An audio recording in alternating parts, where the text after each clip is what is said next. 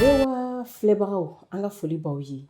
bi an ka barosigi bɛna tali kɛ farafinna musow tɔgɔla don ye n'o yɛrɛ bɛ ɲɛnamaya san o san juwe kalo tile 31 bi an ni maa min bɛna jɛ ka masala kɛ a kan o de ye madame Diallo Kama Sakilibali ale ye organisation panafricaine o vice présidente ye Bamakɔ yan nɔ madame Diallo an ka foli b'i ye nse foli diyara n ye ayiwa madame Diallo i bɛ se k'i da don a la dɔɔni ka ɲɛfɔ an ɲɛna organisation panafricaine des femmes mun de don aw n'u la n filɛbagaw bɛɛ lamɛnbagaw bɛɛ n b'aw bɛɛ fo la Mariam organisation panafricaine tɛ dɔwɛrɛ ye farafinna musow ka jɛkulu de don nka a ka kɔrɔ ni jɛkulu nin bɛɛ ye parce que ale sigira sen kan san 1962 o san 60 o de ye ɲinan ye donc an bɛ ka san 60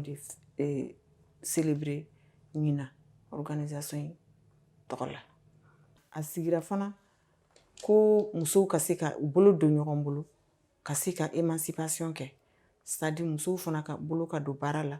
u ka se ka kalan u ka se ka baaramisɛnninw dege walasa u fana bɛ se ka dɛmɛ kɛ cogo min jamanaw yiriwali taasira la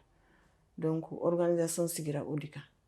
a bɛ activité caman kɛ fɛn fɛn ye musow ka droit ye fɛn fɛn ye musow ka yiriwali sira ye organisation in b'o baara de kɛ wa organisation in a bɛ musow lafasa fana n'an ko plaidoyer munna an b'a fɔ plaidoyer parce que n'i y'a mɛn plaidoyer i bɛ taa fɛn dɔ de deli famaw la n'o ye an ka droit ye ko mɔgɔ se k'i yɛrɛ lafasa anw de bɛ se ka musow lafasa anw de bɛ se ka kuma ta chef d'état cɛ la ka musow bɛɛ ka kumakan lase ayiwa madame Diallo an bɛna se thème ma sɔɔni kosɛbɛ ayiwa an tun bɛ fɛ k'a dɔn an ni musolakaw baaraɲɔgɔnya bɛ aw bolo cogo di Mali kɔnɔ yan nɔ an ni musolakaw an bɛ baara kɛ ɲɔgɔn fɛ waati dɔ tun kɛra bureau natuma yan nɔ 2001 na an ye bureau nana yan 98 mais o tun ye secrétariat exécutif de ye sisan nɔ an yɛrɛ na sanfɛ an kɛra vice présidente maintenant an ni musow bɛɛ bɛ baara kɛ ɲɔgɔn fɛ 2001 na an tun ye antenne de sigi pour que information bɛ se ka musow bɛ se ka bolo don OPF baara la cogo min na ka taa base la ka taa région yɔrɔ ma ka taa fo cercle la o bureau bɛɛ tun sigira ka bureau dɔ wɛrɛ sigi district kɔnɔ yan nɔ pour que Mali musow bɛ se ka fara ɲɔgɔn kan cogo min information bɛ jigin base la cogoya min na donc an tun y'o sigi mais a ma sabati kosɛbɛ ka da kan finance bɛrɛ t'an bolo wari bɛrɛ t'an bolo donc ni dun ko ko mɔgɔw ka baara kɛ f'i ka nafolo dɔɔni d'u ma donc o kɛra gɛlɛya dɔɔni ye et puis yɛlɛmali an ka jamanaw ye crise jamanaw de yɛlɛmali ka ca tuma dɔw mémoire bɛ perdu parce que ni baaraw ma passer a cogo la a bɛ mémoire perdu minnu bɛ na i kɔfɛ u tɛ se ka baara kɛ ayiwa madame Diallo an bɛ fɛ k'a dɔn ni ko musow a tɛ dan Bamakɔ kɔnɔ kosɛbɛ togodala musow bɛ yen u ka ca muso sɛgɛnbagatɔw fana ka ca jamana kɔnɔ komi aw yɛrɛ cɛsirilen don musow tɔgɔla don ko la aw cɛsirilen don ka dɛmɛ don musolakaw ma sabula aw de ye ninnu musow kumakan aw de b'o kumakan lase yɔrɔ jan ayiwa ne bɛ fɛ ka mun dɔn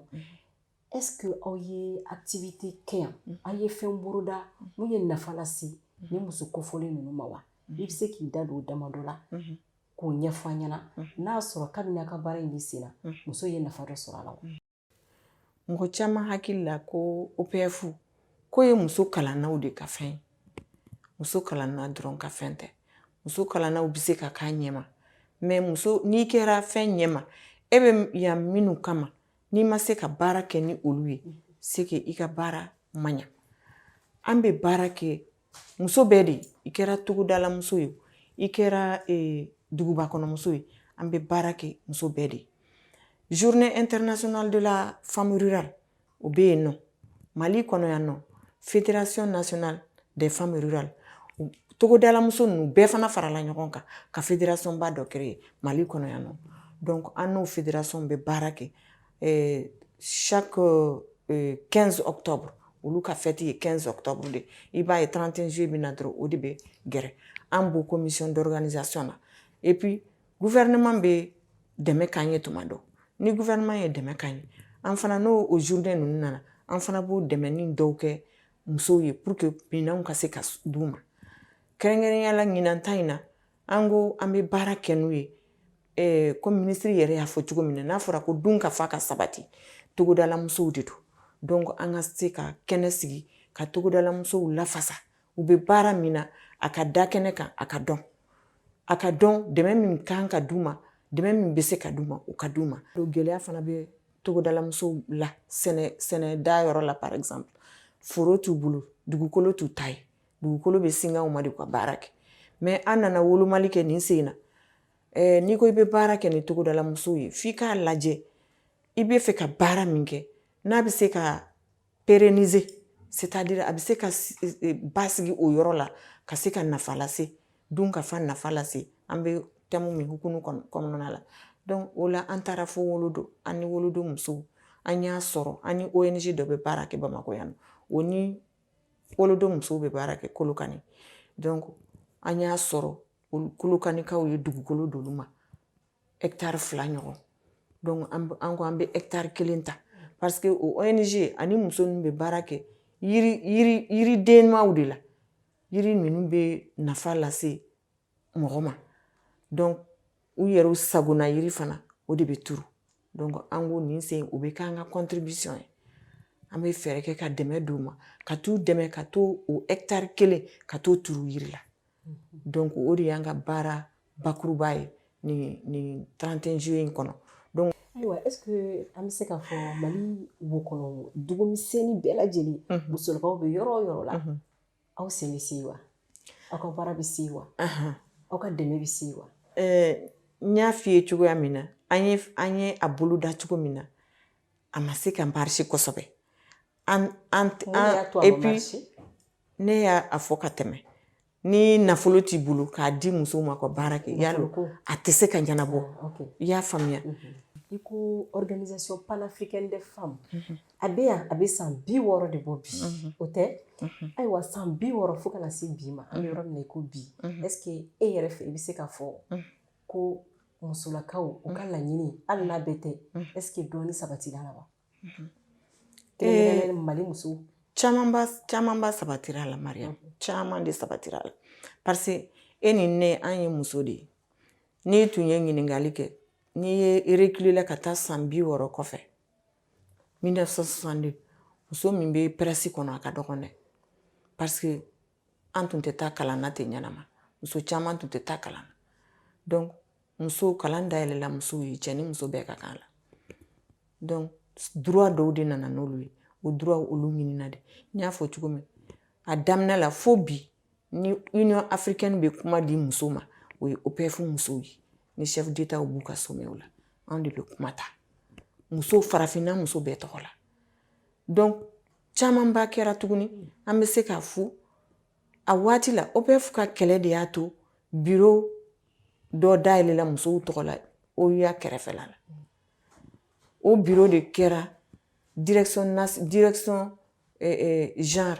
et développement et bi au sein de l'Union africaine et nous avons un statut d'organe spécialisé an ni o direction de bɛ baara kɛ ɲɔgɔn bolo musow tɔgɔ la farafinna musow tɔgɔ la donc n'i y'a jate fana minɛ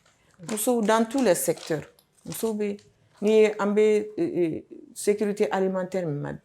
dans le domaine agricole dans le domaine bagan mara sira la sɛnɛ sira la jɛgɛmɔ sira la musow b'a secteur bɛɛ la muso wɛrɛw fana muso ɲɛmɔgɔw fana minnu bɛ se ko la minnu bɛ se ka ko ɲɛnabɔ fana o caman de b'o secteur la n'i y'a ta fana administration kunda i bɛ taa sɔrɔ muso ministres bɛ yen muso directrices bɛ yen présidentes bɛ yen fɛn caman n'i ye armée ta muso générales bɛ yen colonels bɛ yen o b'a yira k'a fɔ ko musow ka laɲini sabatira tabarikala a sabatira an ye loi fana sɔrɔ Mali la yan nɔ n'o ye n'an b'a fɔ o ma loi 052 mais Mariam baara bɛ yen dɛ parce que an ka loi dɔ bɛ yen o ma se ka sira sɔrɔ halisa mɔgɔw tɛ ka a faamuya n'o de ye violence basée sur le genre ye fo k'o projet bɔ k'o loi adopter Mali la pour que fu ka siri dɔɔni tili ni fagali na dɔɔni tant que o ma kɛ c'est ça a cayara fagali cayara musow fagali cayara bon cɛw fana b'a fɔ ko musow bɛ min k'u la u b'u faga an fana b'olu ye e yɛrɛ fɛ mun de kan ka kɛ walasa nin loi in bɛ se ka ta bala yɛrɛ Mali kɔnɔ ayiwa min bɛ se ka kɛ toujours plaidoyer de kan ka kɛ foyi tɛ se ka kɛ ni plaidoyer tɛ parce que ɲɛmɔgɔw de b'a ta ɲɛmɔgɔw i tɛ se k'u karaba i tɛ se k'u nɛni fo an ka se ka plaidoyer ni lobby i b'a ɲini sanfɛ i b'a ɲini duguma i b'a ɲini engagement dan bɛɛ de la i b'a ɲini parce que instruments b'an bolo olu de y'u bolo nɔ bila sɛbɛn dɔw la sanfɛla la u ka réunion baw la k'a fɔ k'u bɛ musow ka promotion kɛ u bɛ muso nin sariya i bɛ nin droit di musow ma mais n'a nana jamana kɔnɔ o droit hali n'a taara hali ni sariya taara a tɛ bɔ a sira fɛ o ye gɛlɛya dɔ ye o kɔrɔ ye k'an bɛ welewelekan bila ɲɛmɔgɔw de ma k'u hakili t'o la kosɛbɛ k'u hakili t'o la u k'u hakili to musow la ayiwa Madame Diallo an bɛna segin ka na an ka babu kɔnɔna na n'o ye musow tɔgɔla don yɛrɛ ye organisation panafricaine des femmes ni e yɛrɛ ye o vice présidente ye Bamakɔ yan nɔ an y'a ye ɲina thème o de ye ko farafinna musow jɔyɔrɔ ka bon kosɛbɛ balo ani dunkafa sabatili la jamana kɔnɔ ayiwa mun de y'a to ɲina aw y'o thème ta an y'o thème ta k'a da ko caman de kan parce que sɛgɛsɛgɛliw y'a yira k'a fɔ muso n'i ye baara taabolo ta sisan togodala muso n'i ye sara bɔ sisan sara 100 o 100 i bɛ taa sɔrɔ Mali kɔnɔ yan musow de bɛ togoda baara kɛ 80 ɲɔgɔn na 80% olu de ye a main d'œuvre olu de y'a baarakɛlaw mais n'i y'a jate minɛ anw de bɛ denw fana wolo mais n'i y'a jate minɛ sɛgɛsɛgɛliw y'a jira k'a fɔ plus de 50% n'i y'a denmisɛnninw fana sigi denmisɛnnin minnu tɛ san 5 bɔ n'u y'u sigi 100 kulu la i bɛ taa sɔrɔ 50 ou bien 50 ni kɔ olu dumuni kasara b'u la donc a bɛ jouer u ka croissance kan a bɛ jouer u ka fɛn caman kan hali a bɛ jouer u ka intelligence kan donc olu ye jateminɛw ye an ye minnu fɛngɛ et puis Union africaine olu yɛrɛ fana ye jateminɛw donc u ye san yɛrɛ bila o hukumu kɔnɔ u ka année chaque année u bɛ thème dɔ de ta donc Union africaine ka thème bɔra o de kan ɲina k'a yira k'a fɔ an bɛɛ ka ɲɛsin a kɛra faamaw ye n'u b'u ka politikiw ta u ka politiki yɛlɛma k'a bɛn an yɛlɛma bolo kan k'a bɛn an bɛ dumuni minnu dun k'a bɛn an bɛ sɛnɛ kɛ hali cogoya min na parce que dabanikuru o tɛ foyi ɲɛ bilen an bɛ pays sahéliens de fana na an y'a ye kɛlɛ min b'an ka jamana kɔnɔ a kɛra sababu ye ka muso caman b'u sigiyɔrɔw la ka kɔngɔ lase du caman kɔnɔna na ayiwa n bɛ fɛ ka dɔn aw yɛrɛ est-ce que aw hakili bɛ o situation sugu ninnu na fɔlɔ wa est-ce que don nataw la a b'aw bolo ka dɛmɛ don ninnu muso kofɔlen ninnu ma wa Mariam an hakili b'u la kosɛbɛ an ye panafricaine kɔnɔna na 2019 ani 2020 an ye dɛmɛ lase ni muso ninnu ma parce que waati y'a sɔrɔ covid fana bɔlen don o panafricaine fana bɛ kɛ samiya de waati kɔnɔ mɔgɔw i b'a dɔn u bɛ sigilen yɔrɔ min na yɔrɔ lakanalen bɛrɛ tɛ yɔrɔ jɛlen tɛ donc a bɛ sosow caya a bɛ fɛn ɲɛnama caman caya donc salon na sini an ye dɛmɛ k'u ye minnu bɛ falajɛ yan nɔ an ye dɛmɛ k'u ye an ye balo d'u ma balo n'a malo dɔrɔn tɛ dɛ malo n'a kunkanfɛnw hali miniji sanni ma an y'a san ka d'u ma mustikɛriw